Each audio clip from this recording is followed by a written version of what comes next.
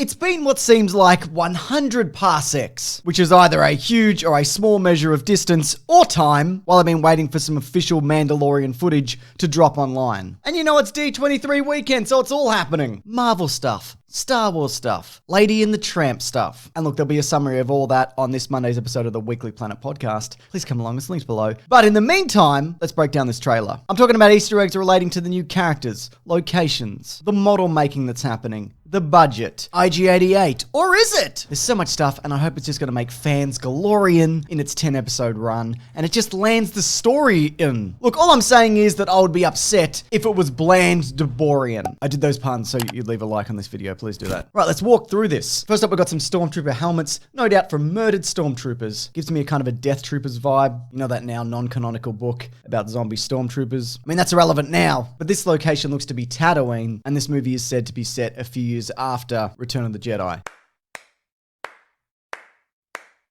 So the galaxy is still very much in flux. The rebels did win, but people are still vying for power in the universe while the new system of government is setting up, especially in the Outer Rim, where it's just absolute crap. Now, Tatooine has been rumored to be a location for a while now. This new footage seems to be confirmation of that. Along with the poster that we got, there's a couple of sand crawlers in the background. Jon Favreau actually talked about recently how he wanted to bring this show back in terms of making it scaled similar to the original trilogy, but in particular A New Hope. So there are again hints at this larger world, but a lot of it is grimy alleys and seedy bars and things like that. For the larger, more spectacular shots though, there's a couple of things at play. Apparently the Unreal Engine, which is used for video games, is taking care of a lot of the background stuff because it's able to render really quickly. You can really crank it and get it going, you know what I mean? Saves a bunch of money. But also a bunch of model makers were brought in for the ships and such, because they're trying to give it that authentic 1977 feel, which look, to be fair, you can probably just capture with CGI nowadays, but it's a nice little touch. Speaking of ships though, apparently the Mandalorian's vessel is a Clone Wars era ship. And you can kind of see that in its design. It's a little bit sleeker than what we get in the original trilogy. And according to Making Star Wars, it looks to be called the Razor Crest or some variation on that. It's also got some special modifications, which we'll get into a bit later. Here's another ship that I do not recognize, but here it is. Maybe you know what it is. I thought it might be the Ghost from Rebels, but it's not. I looked into it. Carl Weathers from The Predator and Billy Madison and Combat Carl from Toy Story 4. He's going to be playing Grief Karga. He's a leader of the Bounty Hunter Guild. And there was actually some footage that was leaked at Star Wars Celebration earlier this year. It is on YouTube, you can find it. I'm not going to post it here. But basically they're having a conversation about how the galaxy is short on bounties. And even though the Mandalorian takes all of this guy's bounties, the highest one is only about 5,000 credits, which is said not to be able to cover fuel in this particular era. Again, kind of hinting at that everything sucks now. Here's a new planet.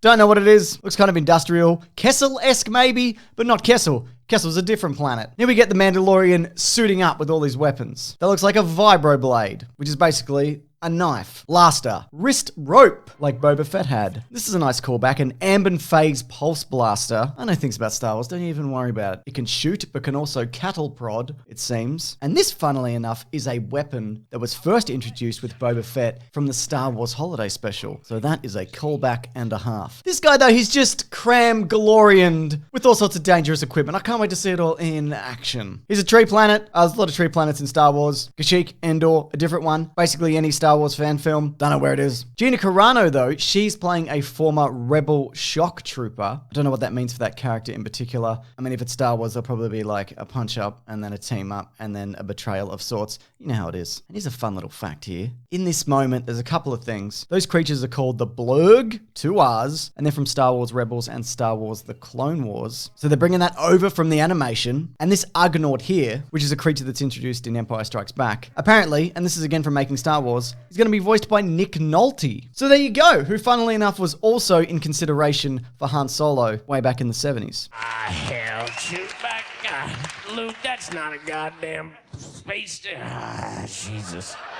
Fucking droids, beep, beep, Jesus, God, my head. This character here is a Twi'lek. Not sure who this actor might be. Could be Emily Swallow, though it's hard to tell under all the makeup, but she's from Supernatural. Guy on the left here, you can't really see him. That's Mark Boone Jr. from Batman Begins. And this last person who makes up this bounty hunter group, or mercenaries or whatever, that's actually comedian Bill Burr, who I think's a great inclusion, because he has actually gone on record as saying he doesn't really like Star Wars. For that school year in June, I could talk to somebody my age.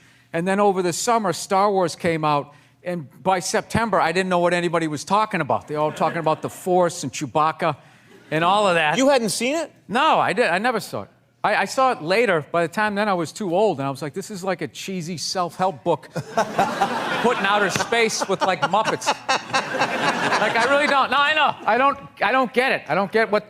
I missed it. You got to be a kid, right? You guys all saw it when you were a kid. Yeah. Yeah, I didn't. You didn't see it. I had perspective. Like, I saw it when I was like 27. I was just like, it's all right. Now, him not caring about Star Wars, I think is great. I don't think everybody needs to be a huge fan of the thing that they're in. I feel like often that could be to something's detriment. I mean, casting someone who doesn't care about Star Wars goes way back. Harrison Ford has not cared about Star Wars for like 40 years. He's made a career out of it. It's very delicate. A long time. Yeah. Fantastic. So I have a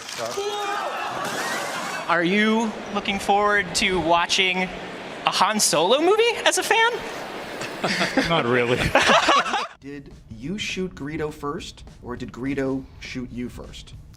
I don't care. I'm just excited for the disgruntled Bill Burr interviews. I'm jazzed. I don't care. I just, Okay, these are the first 3 movies I saw. I saw For the Love of Benji. Then we saw Herbie Goes to Monte Carlo. Yeah. And then we saw Scarface. Here we've got what looks like Death Troopers that were introduced in Rogue One. Could be a slight variation on Death Troopers. There's so many bloody Stormtroopers and First Order Troopers and Clone Troopers. It's one of the troopers, all right? Here, there's some kind of showdown happening. We can't tell clearly who this other person is, though I think it might be another Mandalorian. There is kind of a hint of a helmet in this, but also again in the leaked footage. We do see at least one other Mandalorian show up, and also maybe Boba Fett's still alive. Who's to say? But he definitely is. They wouldn't have killed him. Even if he doesn't show up in this show, crashing into the side of a barge and then rolling into a space worm will not be the last we see of Boba Fett. Giancarlo Esposito. Excuse my Australian accent. He's playing a high-ranking Imperial, a bad guy, again, some kind of damn Deplorian. Am I right? Then we get a bunch of quick cuts. We get a speeder bike, or some kind of variation on a speeder bike, and an ATST, or some kind of variation on an ATST, and an IG droid, which we'll come back to in a sec, because then it quickly cuts to the Mandalorian ship being chased, probably by another bounty hunter, after all of his bounties. And he's on a Gatling gun, mowing dudes down. And then back to this. This is not IG-88. This has been confirmed as IG-11, as voiced by Taika Waititi, who will also be directing some episodes of The Mandalorian. There's a bunch of IG droids in Legends. He copies himself into a bunch of various different ones. One of them even manages to upload himself into the Death Star. It's neither here nor there. Look, the point is, I'm just excited to see Taika Waititi's voice coming out of an IG droid. There will be a substantial reward for the one who finds the Millennium Falcon. Piss off, Ghost! This series, though, Jon Favreau has talked about how he loves all eras of Star Wars. The originals, prequels, sequels. That's why we get an IG droids and some animals brought over from the animated series. They're just really trying to jam the Lorian in, you know what I mean? Here we get a showdown with some stormtroopers. These are Werner Herzog's troops in the leaked footage. One of them says something like, it's 4 against 1. And he's like, I like those odds. Star Wars. That's a Star Wars thing. But yeah, Werner Herzog, you can see here he's got an Imperial insignia, and he also gives the Mandalorian a bounty. Again, this is from the leaked footage. And he says, look, I want you to bring this person back alive. And we don't know who that is, or at least give me proof of termination. He seems to have a great knowledge of the galaxy, like some kind of man historian, and no doubt has a big and villainous role to play in this story. There's a bar fight. Who he seems to be going after, though, is a Quarren, which is one of those alien squid face monsters. Cuts him in half at the door. Good stuff. This ain't your bloody granddad Star Wars, I'll tell you that much. And on that, though, I think this series is going out of its way, or maybe not even. I think it's just positioned itself to appeal more to kind of the OG Star Wars fans. Something for adults, I guess. And that's kind of evident with scenes like this. Okay, this is what I was talking about earlier. So this seems to be a bunch of carbonite frozen bounties on the Mandalorian ship. And the rumor is that on this vessel, he has a carbonite freezing chamber. Maybe you heard about what happened to Han Solo in Empire Strikes Back, and he's like, that's a great idea. I don't even have to feed him nothing. I just freeze him. This show, though, looks insane in terms of budget. Apparently, it's something like $15 million an episode, and there's 10 episodes. And also when it drops on November 12th, it's going to be one a week. It's not going to be all at once, which I, for one, think is great, because then I don't have to shotgun every episode in a row and then try and push out a video on it. But also sometimes I kind of miss the week-to-week thing that shows used to do. Anyway, yeah, looks great. I'd be very upset if I was like, damn, this is bland Deborian. Did I already use that? Did I use that one already? Look, regardless, what do you think of this? Is this a good trailer? You like this show? Are you going to watch it? Do you think it's good? What do you think? Tell me what you think. Leave a comment in the comments. Tell me what you think. What do you think? And if you're interested in things that aren't boring, this Tuesday on this very channel, there is an upcoming Caravan of Garbage episode that covers a comic about the origin and relationship between Boba Fett and Jango Fett. There's a couple of really fun surprises in there, which if you're a Star Wars fan, or even not even, I think you might really enjoy. So subscribe and bell icon to see any of that. Of course, if there's any more big trailers from D23, I'll be covering that this weekend. And of course, like I mentioned up top, I do have a podcast called The Weekly Planet where we talk movies and comics and TV shows. This Monday morning's episode, all D23, plus the Sony Disney Spider-Man debacle, Matrix 4, whatever else is happening. Anyways, thanks for watching this video though. I appreciate it. Take care.